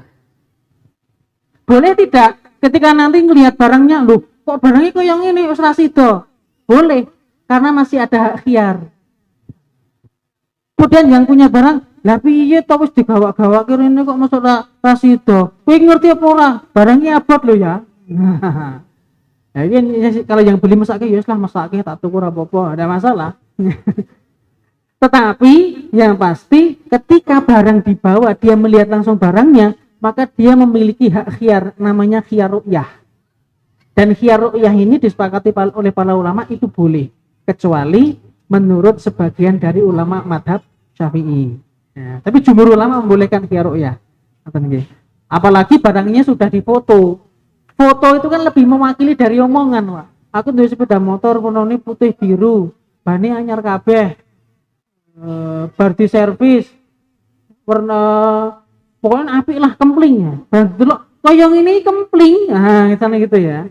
Ternyata persepsi yang jual sama yang beli berbeda. Nah, pembeli boleh mengatakan, saya punya khiyar, ras itu Mas. Nah, karena ada hadisnya. Manis taruh syai'an lam yaroh falahul khiyar idaro'ah. Barang siapa yang membeli sesuatu belum melihatnya, tapi ketika dia sudah melihat, maka dia boleh memiliki hak khiyar, boleh milih antara jadi beli atau tidak. Nah, ini monggo yang jual legowo atini, karena hadisnya ada. Allah bismillah. Nah, ketika barang datang kita batalkan atau tidak jadi beli, boleh apa enggak? Untuk COD saya mengambil pendapat yang membolehkan. Tapi ngapunten masih ada yang menyisakan masalah. Ya ini masalahnya. Kita enggak jadi beli itu. Kadang-kadang kita enggak jadi beli itu masalahnya sepele. Bukan karena barangnya aib, bukan karena barangnya cacat, tapi cocok ah. Nah, ini yang enggak boleh. Berarti pada saat itu pembeli melakukan kedzaliman kepada penjual. Karena kalau barang itu sudah sesuai dengan deskripsinya, maka tidak ada hak bagi pembeli untuk membatalkan transaksi. Jadi kalau penjual sudah misalkan pasang fotonya, deskripsinya jelas, dan ternyata barangnya datang sebagaimana yang dideskripsikan, maka pihak pembeli tidak ada hak untuk menolak. Ini yang sering jadi masalah. Jadi untuk COD-nya boleh, tapi untuk yang tadi membatalkan atau tidak jadi beli itu, ini yang masih ada menyisakan masalah. Allah alam bisawab. Meruncing sedikit untuk tadi yang jual beli hutang dengan hutang. Bagaimana kalau mungkin aplikasinya pada ShopeeFood, GoFood, GrabFood seperti itu, Ustaz? Bagaimana hukumnya, Ustaz? Kalau ShopeeFood dan GrabFood itu dia fikihnya beda. Dia bukan jual beli utang dengan utang. Dia pakai transaksinya adalah transaksi istisna. Karena barangnya harus dibuat dulu. Ya kan? ShopeeFood kan makanan. Ya, harus dibuat dulu. Sing pesen mie ayam kan digawe sih. Nah, untuk yang transaksi seperti itu dia lebih fleksibel, lebih ringan. Ketika kita mengikut pendapatnya madhab Hanafi. Tapi kalau jumhur ulama rada abot, Pak. Jenengan harus bayar cash dulu. Nah itu ya. Cuma di sini saya mengkaji di pemikirannya para ulama Syafi'iyah yang muakhir, yang mutaakhirin. Mereka kalau ada yang mau menggunakan pendapatnya mazhab Hanafi, la syai'alahu. Boleh. Karena itu lebih memudahkan orang dalam bertransaksi. Lah yen ra oleh kabeh pada saiki zamane online, sing dodolan ya ora payu-payu ngoten nggih. Jadi begitu. Takih fikihnya berbeda nanti. Allah alam bisawab. Kita lanjutkan nomor 8. Apa hukum membeli rumah dengan sistem KPR? Yang mana kebanyakan rumah-rumah seperti itu hanya bagus di finishing. Sudah jadi rahasia umum ketika awal-awal pembangunan itu sangat-sangat jauh dari pembangunan pada umumnya. Misal bisa jadi dikurangi takaran, bahan bangunannya, dan lain sebagainya. Karena yang sering terjadi itu saat membangun sudah diborong per sub-sub. Jadi mereka sudah mengambil keuntungan dengan budget yang semakin dikurangi. Yang jadi masalah, bangunan yang awalnya ala kadarnya ditutup dengan finishing yang bagus. Pertanyaannya, apakah itu termasuk horor karena kadang baru dapat beberapa setoran, bangunannya sudah banyak yang rusak? Tep. Kalau pertanyaannya, apa hukum membeli rumah dengan sistem KPR? Adakah KPR yang syariah tanpa memberlakukan denda di sana? Kalau ada, monggo. Kalau ada, silahkan. Saya punya teman yang berkecimpung di dunia perbangunan kayak gini ya. Dia kontraktor ya. Nah, dia itu ngapunten. Dulu pernah ngundang saya untuk karena punya teman banyak teman itu minta untuk kajian fikih properti. Oke, saya kasihkan. Nah, ternyata sistemnya yus ngono kae amburadul, Pak.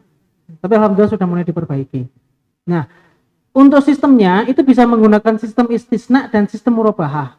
Murabahah itu kalau barangnya sudah jadi, istisna itu kalau harus membuat rumah dulu. Nah, kalau misalkan dia menggunakan pihak ketiga, ini yang bermasalah. Nah, banyak yang seperti itu. Dan seringnya seperti itu menggunakan pihak ketiga. Harusnya harganya cuma 300, tapi karena menggunakan pihak ketiga, angsurannya menjadi 400, 450, 600. Nah, ini rawan dengan riba. Nah, kalau Anda bisa menghindari itu, silahkan. Kalau ada KPR yang menerapkan tadi sistem murabahah yang syar'i tadi, atau yang istisna yang syar'i tadi. Caranya bagaimana? Caranya begini, Pak. Istisna yang syar'i itu begini. Ya. Kita datang ke misalkan mandor atau siapalah ya. Mas gawe nih omah.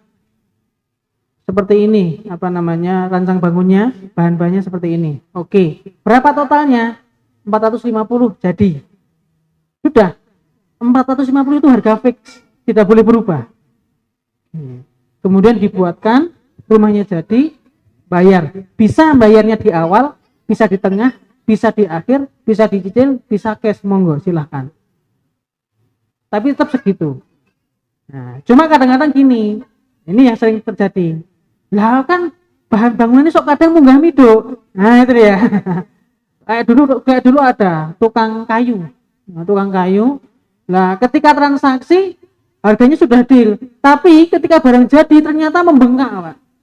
Yang seperti itu bagaimana? Nah, kalau memang dimungkinkan harganya itu akan naik di pertengahan ketika membuat, sudah ngomong saja kepada pembeli, Pak ngapunten, ini harga fixnya. Nanti kalau ada kenaikan harga menyesuaikan nggih? Iya. Boleh seperti itu.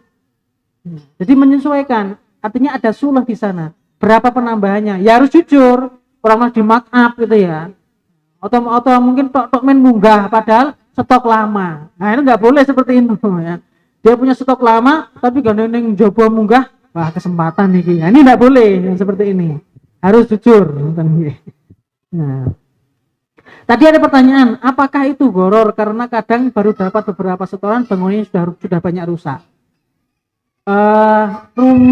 Perumahan bangunannya cepat rusak itu sudah rahasia umum, Pak.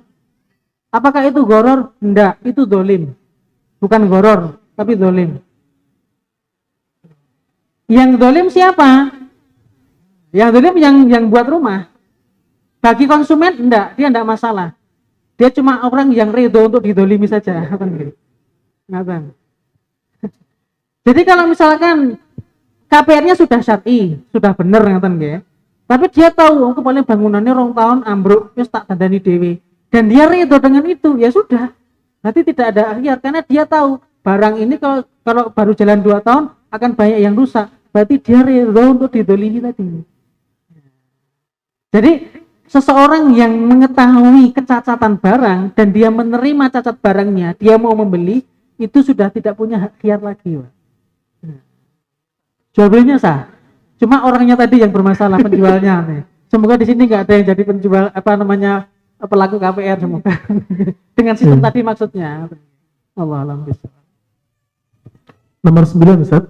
Ini apa hukum jual beli dengan sistem tebas atau taksiran? Tadi sudah sebutkan sepertinya Ustaz ya. Lanjut ya saya Ustaz ya. Sudah dijelaskan kaidahnya tadi, termasuk bagaimana hal-halnya. Kalau mentah boleh, tidak mentah boleh, tapi syarat tadi Ustaz ya, harus jangka waktu itu juga dan ya kalau dimanfaatkan. Cuma saya ingin nambahi ya, mungkin Boleh, ada beberapa ikhwan itu yang ada teman-teman kita dari sana gitu ya, itu mengharamkan karena itu termasuk gharar, dan mereka tidak menafikan adanya hadis itu. Artinya begini, kalau misalkan kita ingin mengambil pendapat yang itu pendapat yang lebih lebih jelas dan lebih selamat. Jadi dia dipanen dulu, baru kemudian dihitung berapa kilo. Nah itu boleh dan lebih bagus. Tapi ya wadene kok misalkan, lah aku sing panen ngetoki duit meneh, wis Mas, bayaran piro panen dhewe. Kan ada orang yang seperti itu. Nah itu boleh, karena ada yang namanya bai'ul jizab. Bai'ul jizab itu jual beli dengan taksiran. Oh, tak cabut kene sakmene, cabut kono sakmono, sana sekian, kira-kira sekian kilo. Dicabut semuanya. Nah, dengan kesepakatan, Mas, nanti kalau ada selisih banyak hitungan meneh ya, itu boleh, diperbolehkan. Jadi misalkan ada yang selisih ekor sak on apa-apa, nanti sak kilo, 2 kilo, 3 kilo, 4 kilo, nah itu yang masalah. Ya, makanya dimaafkan Ustaz berarti ya kalau sedikit ya. Ya maafu, itu maklum, ya maklum. Dan itu diperbolehkan, termasuk jual beli jual beli buah yang jual beli sesuatu yang masih dalam tanah. Jual beli kacang tanah, wortel, kentang, brambang, bawang, nah itu boleh dengan cara seperti tadi. Meskipun ngapunten, kalau jenengan pengen dipanen dhewe kemudian dijual, itu juga tidak masalah, itu lebih baik. Alhamdulillah. Nomor 10. Apa hukum menjual barang tanpa memberitahu cacat atau kekurangan karena si pembeli tidak bertanya? Misalnya seorang penjual daging ayam yang jualnya tidak habis lalu ditaruh di freezer. Keesokan harinya dijual tanpa memberitahu bahwa itu daging freezeran. Yang mana jika penjual mengatakan bahwa itu daging freezeran, otomatis pembeli membeli daging yang fresh atau segar meski daging freezeran sudah diturunkan harganya. Penjual barang padahal ada cacat tapi tidak diberitahukan. Nah, itu ada dua kemungkinan. Kemudian yang pertama memang dia ingin menyembunyikan. Kemudian yang kedua memang dia tidak tahu. Kalau untuk yang tidak tahu tidak masalah. Tapi kalau yang ingin berusaha menyembunyikan ini, para ulama mengatakan hukumnya tetap sah transaksinya karena faktanya barangnya ada, tapi dia berdosa. Sah tapi berdosa. Kenapa sah? Karena rukun syaratnya terpenuhi. Kenapa berdosa? Karena dia tidak memberitahukan cacat pada barang. Ya, kalau contohnya tadi kan daging freezeran ya janjane cek podo dagingnya. Cuma kan dia usianya beda. Yang satu seger, yang satu baru sudah 2 hari 3 hari. Tapi kan masih sama dagingnya dan bisa dimakan dan fungsinya masih sama. Jadi ini untuk transaksinya tetap sah, tapi dia berdosa karena dia tidak memberitahukan kepada pembeli status daging tadi sebenarnya, yang kalau misalkan dia tahu dagingnya itu sudah nggak fresh, dia tidak mau membeli dengan harga sekian tadi. Ini dimasukkan oleh para ulama dalam kategori jual beli najas, memanipulasi harga barang yang lama dicampur dengan barang yang baru, gen ketok anyari kabeh segar, tangannya gini, daging segar, tinggi kilo tapi dalam hati, nah tinggi ora seger, nah gitu ya. Nah, itu masuk dalam kategori najas sehingga pembeli berpikiran, oh berarti ini dagingnya seger kabeh. Kemudian diambilkan iya seger Bu, yang ini harganya sekian, yang ini harganya sekian. Kok beda tuh Mas? Nggih benten. Tapi sama-sama segernya. Nah, maksudnya kan gitu ya. Dia berusaha menyembunyikan, itu namanya jual beli najas. Para ulama sepakat jual belinya itu sah tetapi berdosa. Kalau bahasanya mazhab Syafi'i, jual belinya sah tapi haram. Haramnya karena dia melakukan penipuan, sahnya karena wujud barangnya ada, rukunnya terpenuhi. Nah monggo, mau yang sah haram nopo sah halal, silahkan dipilih. Ya. Halal bisa. 11. Apa hukum menjual sesuatu yang halal tapi tidak thayyib, misalnya obat kimia hama tanaman, karena akan berefek berbahaya bagi buah atau sayur yang disemprot ketika dikonsumsi. Baik. Menjual sesuatu yang halal tapi tidak thayyib, hukumnya bagaimana? Kalau dia menimbulkan efek yang menimbulkan manfaat bagi orang banyak dan dia tahu itu, ini masuk dalam kategori kedzaliman kepada orang banyak. Apakah transaksinya sah? Sah. Tapi haram tadi. Jadi ada beberapa transaksi itu yang dia sah, dia haram tapi tetap sah. Karena pertimbangannya apa? Pertimbangannya secara fakta, tadi barangnya ada, barangnya jelas. Ini Pak untuk diobati apa namanya? Tanaman, biar tanamannya tumbuh seger, kemudian buahnya juga besar, menarik ya. Tapi dia tidak memberitahukan efeknya. Nah, tidak memberitahukan efeknya inilah yang bermasalah, yang menjadikan dia berdosa. Apalagi kalau sampai menimbulkan mandorot bagi orang banyak.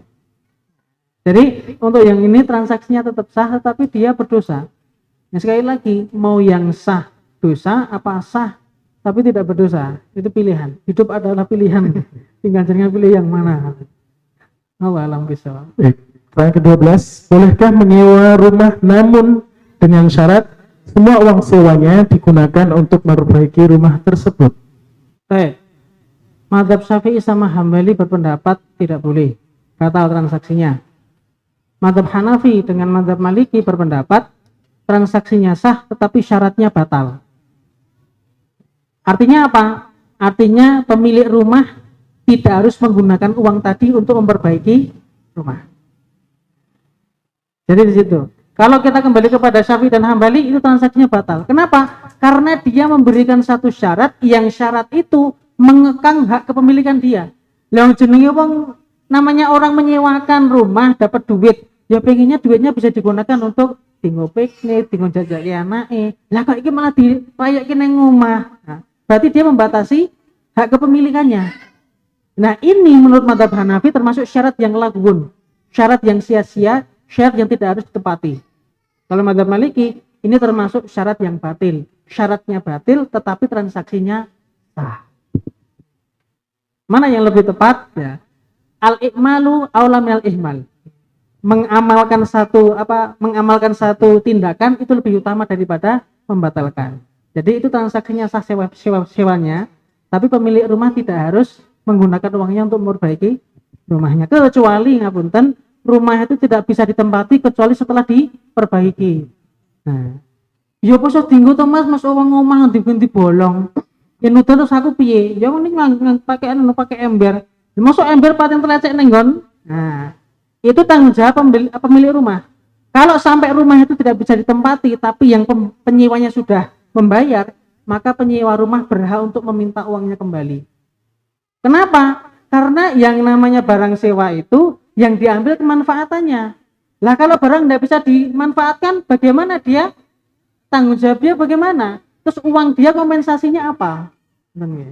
Jadi kalau sampai rumah tadi memang betul-betul tidak bisa dimanfaatkan, padahal dia sudah membayar, orang yang nyewa dia boleh minta uangnya lagi. Kalau bisa, Pak. Cuma kadang-kadang aku sing duwe mah rodok kaya welut iki.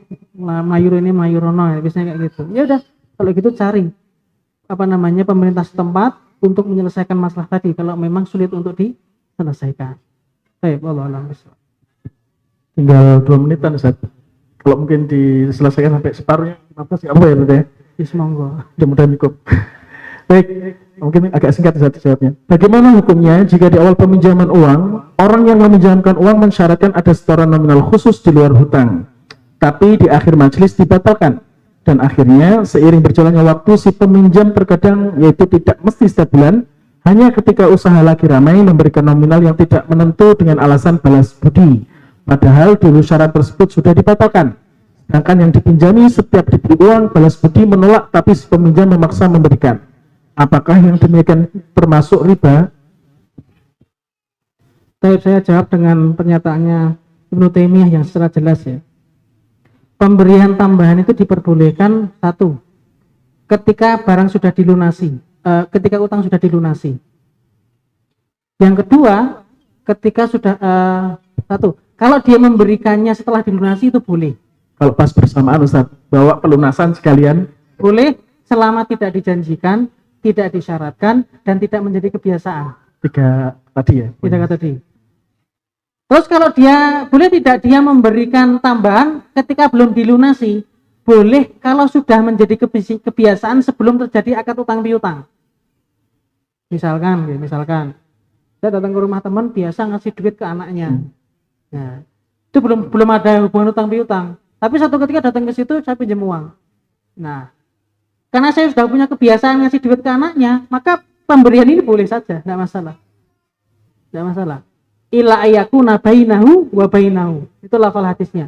Kecuali sudah pernah terjadi kebiasaan itu di antara mereka. Atau contohnya gini misalkan. Biasa ke masjid goncengan bareng. Nah, ketika ada hubungan utang piutang, aku harus gonceng gue, soalnya ada duit utang piutang. Enggak, tetap boleh. Yang enggak boleh itu adalah biasanya enggak pernah nawani goncengan. Tapi ketika punya utang piutang, Mas gonceng yuk. Nah, ini yang enggak boleh. Nah, tidak boleh. Karena apa? Karena ada maksud tersendiri. Biasanya di loroi melengos, saiki kok DP malah nawaki goncengan. Nah, ini tidak boleh. Ya seperti itu tidak boleh. Jadi boleh memberikan tambahan selama sudah menjadi kebiasaan. Nah, ini tadi kasusnya tidak jelas. Kalau ini belum menjadi kebiasaan tidak boleh. Meskipun kan tadi sudah dibatalkan syaratnya. Ya, Anda baru membatalkan satu yaitu yang disyaratkan. Tapi Anda memasuki yang poin ketiga, menjadi kebiasaan. Dalam mazhab Syafi'i, yang kedua kali itu sudah kebiasaan. Yang sekali, oke, tidak masalah. Tapi yang kedua kali itu sudah menjadi uruf. Apalagi berkali-kali ya. Tadi terkadang. Nah, terkadang kan berarti dia sudah akan sering, meskipun tadi tidak selalu. Itu sudah masih masuk dalam kategori riba. Allah alam. Ke-14, bagaimana hukumnya menjual barang dengan cara dirugikan, jual rugi, dengan maksud untuk mengejar target supaya mendapatkan bonus atau hadiah? Menjual barang dengan cara dirugikan. Ada beberapa kemungkinan. Yang pertama, dia menjual dengan dirugikan berarti bisa jadi dia menjual di bawah harga yang seharusnya. Misalkan dari pemilik barang dari penjual sudah mengatakan ini harga maksimalnya 30, ada harga minimalnya 30. Tapi sengaja dia jual 25 atau 20. Nah, yang seperti ini tidak boleh. Tapi transaksinya sah lah.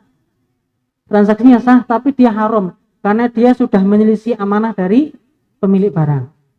Nah, kemudian yang kedua, dengan maksud untuk mengejar target supaya mendapatkan bonus. Nah, disinilah nanti letak kezaliman itu bisa terjadi. Kenapa? Karena orang akan sing penting kulaannya akeh.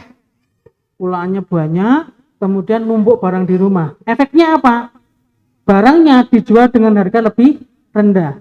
Barang dijual dengan lebih rendah, akhirnya harga pasaran menjadi dia menimbulkan mandorot bagi orang banyak. Nah, siapa yang boleh menangani seperti itu? Itu sebenarnya adalah kewajiban dari pemerintah setempat. Itu masuk dalam kategori tasyair dan juga ihtikar. Jadi merusak harga pasar. Nah, untuk harga pasar itu yang berhak untuk menangani dan menormalkan itu adalah pemerintah setempat. Ya kira-kira pemerintah sing isah kaya ngono ngendi? Kalau ada berarti dia harus berkewajiban seperti itu. Artinya seperti tadi boleh apa tidak? Tidak boleh dia seperti itu. Dia hanya mengejar bonus tapi dengan merugikan banyak orang. Nah, saya pernah mendapati kasus itu dan di Shopee banyak. Barangnya apa? Beli anak dewe. Ngomong gitu ya. Terakhir Ustaz, sudah 11-19. Apa hukum jualan produk misal Unilever, OT, orang tua, Coca-Cola, dan produk-produk orang kafir lainnya? Karena selama ini kendala dari pelaku usaha khususnya di kalangan para pencari ilmu syar'i adalah kurangnya kesadaran dari teman-teman untuk membeli produk di teman sendiri. Bagaimana kiat atau upaya untuk bagaimana kiat atau upaya untuk meningkatkan kesadaran untuk lebih memilih produk milik saudara sendiri daripada produk barang jualan orang kafir?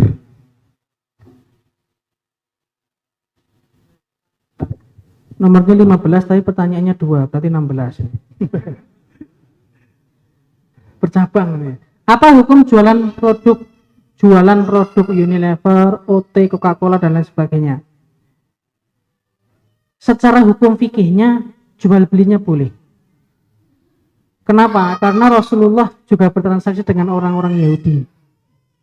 Padahal Rasulullah tahu betul bahwa orang-orang Yahudi itu adalah orang-orang yang selalu melakukan transaksi riba. Mesti orang Yahudi seperti itu. Nah, jadi secara fikih itu boleh. Tapi kalau kita lihat pendapatnya Syekh Khalid Muslih, menantunya Syekh Utsaimin ya,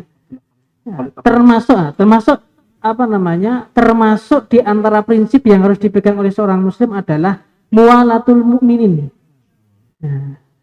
Loyal kepada orang-orang Islam. Termasuk bukti keloyalan itu adalah dengan mengutamakan produk mereka dibanding produk orang-orang kafir. Kita tidak bisa menutup mata, nggih. Kadang-kadang ada produk orang kafir itu yang memang lebih berkualitas dan kita butuhkan. Kita tidak bisa menutup mata itu. Maka ini juga menjadi PR bagi para orang-orang yang produksi barang. Barangnya itu mutunya disamakan. Satu. Jadi kalau saya lebih kepada sebenarnya transaksinya boleh saja. Boleh, tidak masalah, itu halal. Tetapi menurut pendapat yang tadi, itu akan mengurangi keloyalan dia kepada sesama muslim. Maka ketika ada orang yang misalkan, pokoknya saya tidak akan menjual kecuali produk-produk muslim, itu adalah nilai lebih bagi dirinya. Karena dia membuktikan keloyalan dia kepada sesama muslim. Tapi bagi mereka pun yang mungkin masih mentransaksikan produk-produk orang kafir, itu juga tidak salah. Karena apa? Karena faktanya Rasulullah juga bertransaksi dengan orang-orang kafir. Ini fakta yang riwayat yang tidak bisa kita bantah. Seperti itu. Kemudian apa kiatnya agar orang itu lebih memilih produk saudara sendiri daripada orang lain? Kiatnya adalah bahwa ketika kita bertransaksi itu yang kita cari bukan hanya keuntungan. Yang ketika kita bertransaksi itu timbulkan dalam kesadaran diri kita, Anda melakukan jual beli itu bukan hanya untuk mencari untung, tapi bagaimana sebagaimana diungkapkan oleh Ibnu Qayyim agar kemaslahatan yang Anda berikan itu juga bisa dirasakan oleh orang lain.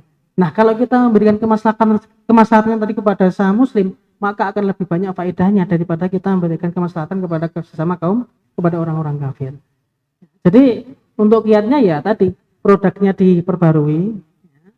Kemudian yang kedua, tumbuhkan kesadaran diri bahwasanya kita bermuamalah itu bukan hanya sekedar untuk mencari keuntungan, tapi juga untuk memberikan manfaat kepada orang lain. Khairun nas anfa'uhum linnas.